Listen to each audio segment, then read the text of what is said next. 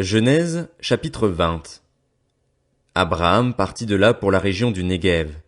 Il s'installa entre Kadès et Shur et fit un séjour à Guérar. Abraham disait à propos de sa femme Sarah, « C'est ma sœur. » Abimélec, roi de Guérar, fit enlever Sarah. Alors Dieu apparut à Abimélec dans un rêve pendant la nuit et lui dit, « Tu vas mourir à cause de la femme que tu as enlevée, car elle est mariée. » Abimélec, qui ne s'était pas encore approché d'elle, répondit, « Seigneur, détruirais-tu même une nation juste? Ne m'a-t-il pas dit qu'elle était sa sœur, et elle-même n'a-t-elle pas dit qu'il était son frère?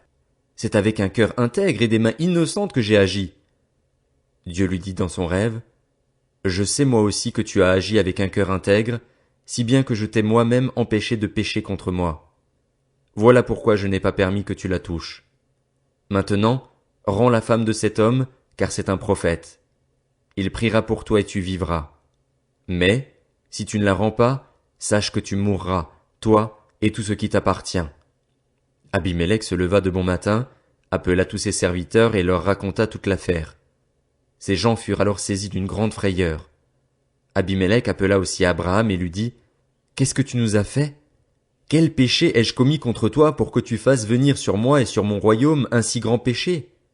Tu as commis envers moi des actes qui ne doivent pas se commettre. » Abimélec dit encore à Abraham, « Quelle intention avais-tu pour agir ainsi? » Abraham répondit, « Je me disais qu'il n'y avait sans doute aucune crainte de Dieu dans ce pays et que l'on me tuerait à cause de ma femme.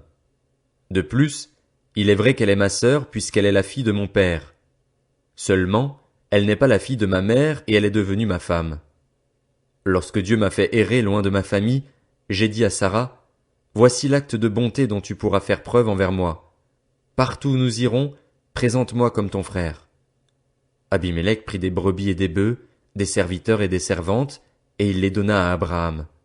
De plus, il lui rendit sa femme Sarah en disant, « Mon pays est devant toi, installe-toi où il te plaira. » Quant à Sarah, il lui dit, « Je donne à ton frère 1000 pièces d'argent. Ce sera pour toi comme un voile sur les yeux pour tous ceux qui sont avec toi. Ainsi, ton innocence sera prouvée devant tous. » Abraham pria Dieu, et Dieu guérit Abimélec, sa femme et ses servantes, de sorte qu'elles purent avoir des enfants. En effet, l'Éternel avait frappé de stérilité tout le foyer d'Abimélec à cause de Sarah, la femme d'Abraham. Genèse, chapitre 21. L'Éternel intervint en faveur de Sarah comme il l'avait dit, il accomplit pour elle ce qu'il avait promis. Sarah tomba enceinte et donna un fils à Abraham dans sa vieillesse, au moment fixé dont Dieu lui avait parlé. Abraham appela Isaac, le fils qui lui était né, que Sarah lui avait donné. Il circoncit son fils Isaac lorsqu'il fut âgé de 8 jours, comme Dieu le lui avait ordonné. Abraham était âgé de 100 ans à la naissance de son fils Isaac. Sarah dit, « Dieu m'a donné un sujet de rire, et tous ceux qui l'apprendront riront de moi. » Elle ajouta, « Qui aurait osé dire à Abraham, Sarah allaitera des enfants? Pourtant, je lui ai donné un fils dans sa vieillesse. » L'enfant grandit et fut sevré. Abraham fit un grand festin le jour où Isaac fut sevré. Sarah vit rire le fils que l'Égyptienne Agar avait donné à Abraham. Alors elle dit à Abraham, « Chasse cet esclave et son fils, car le fils de cet esclave n'héritera pas avec mon fils, avec Isaac. » Cette parole déplut beaucoup à Abraham parce que c'était son fils.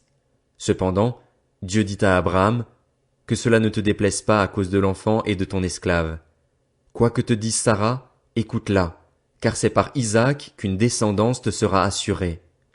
Je ferai aussi une nation du fils de l'esclave, car il est ta descendance. » Abraham se leva de bon matin.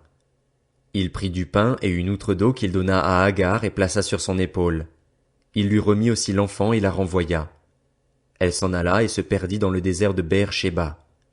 Quand l'eau de l'outre fut épuisée, elle laissa l'enfant sous un des arbrisseaux et alla s'asseoir vis-à-vis, à la distance d'une portée d'arc, car elle se disait, « Je ne veux pas voir mourir mon enfant. » Elle s'assit donc vis-à-vis de lui et se mit à pleurer tout haut. Dieu entendit les cris de l'enfant. L'ange de Dieu appela Agar depuis le ciel et lui dit, « Qu'as-tu, Agar? N'aie pas peur, car Dieu a entendu les cris de l'enfant là où il se trouve. Lève-toi, relève l'enfant et tiens-le par la main, car je ferai de lui une grande nation. » Dieu lui ouvrit les yeux et elle vit un puits. Elle alla remplir l'outre d'eau et donna à boire à l'enfant. Dieu fut avec l'enfant. Celui-ci grandit, habita dans le désert et devint tireur à l'arc. Il s'installa dans le désert de Paran et sa mère prit pour lui une femme égyptienne. À cette époque-là, Abimélec, accompagné de Picol, le chef de son armée, dit à Abraham: « Dieu est avec toi dans tout ce que tu fais. Jure-moi maintenant, ici, au nom de Dieu, que tu ne me tromperas pas, ni moi, ni mes enfants, ni mes petits-enfants, et que tu feras preuve envers moi et envers le pays où tu séjournes de la même bonté que moi envers toi. » Abraham dit: « Je le jurerai. » Il fit toutefois des reproches à Abimélec au sujet d'un puits dont les serviteurs d'Abimélec s'étaient emparés de force. Abimélec répondit: « J'ignore qui a fait cela. Tu ne m'en avais pas informé et moi-même, je n'en entends parler qu'aujourd'hui. » Abraham prit des brebis et des bœufs qu'il donna à Abimélec, et ils conclurent tous les deux une alliance. Abraham mit à part 7 jeunes brebis. Abimélec dit à Abraham: « Qu'est-ce que ces 7 jeunes brebis que tu as mis à part? » Il répondit: « Tu accepteras ces 7 brebis de ma part, afin que cela me serve de témoignage que j'ai creusé ce puits. » C'est pourquoi on appelle cet endroit Beer-Shéba, parce que c'est là qu'ils prêtèrent tous les deux serment. Ils conclurent donc une alliance à Beer-Shéba. Puis Abimélec se leva avec Picol, le chef de son armée, et ils retournèrent dans le pays des Philistins. Abraham planta des tamaris à Beer-Shéba, et là il fit appel au nom de l'Éternel, le Dieu d'éternité. Abraham séjourna longtemps dans le pays des Philistins. Genèse, chapitre 22. Après cela, Dieu mit Abraham à l'épreuve. Il lui dit: « Abraham. » Celui-ci répondit: « Me voici. » Dieu dit: « Prends ton fils unique, celui que tu aimes, Isaac.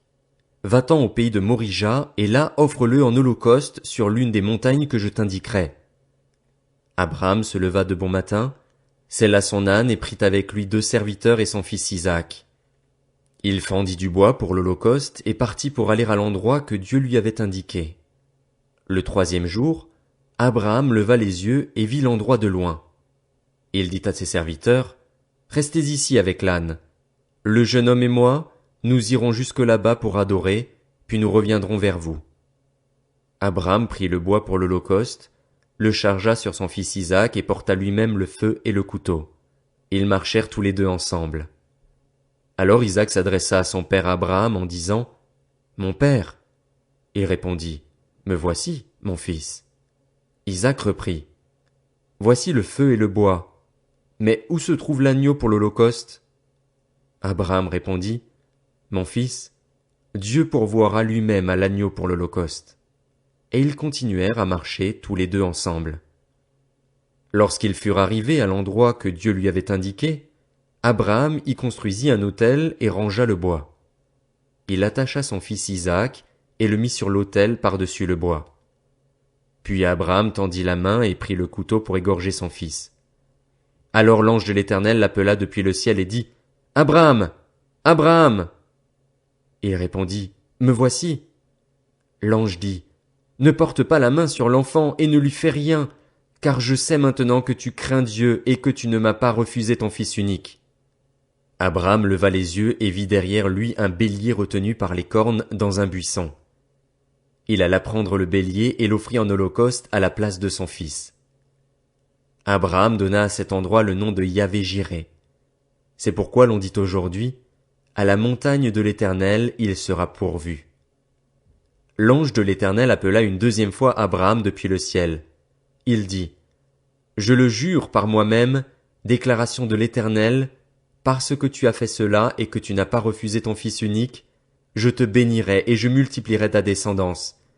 Elle sera aussi nombreuse que les étoiles du ciel, pareille au sable qui est au bord de la mer. De plus, ta descendance possédera les villes de ses ennemis. Toutes les nations de la terre seront bénies en ta descendance, parce que tu m'as obéi. » Abraham retourna vers ses serviteurs. Ils se levèrent et repartirent ensemble à Beer-Shéba. En effet, Abraham habitait à Beer-Shéba. Après cela, on annonça à Abraham: « Milca a aussi donné des fils à ton frère Nacor. Uts, son aîné, Buz, son frère, Kemuel, le père d'Aram, Kézed, Hazo, Pildash, Jidlaph et Bethuel. » Bethuel a eu pour fille Rebecca. Voilà les 8 fils que Milca a donnés à Nachor, le frère d'Abraham. Sa concubine, appelée Réhuma, a aussi mis au monde Tébar, Gaham, Tahash et Maaka.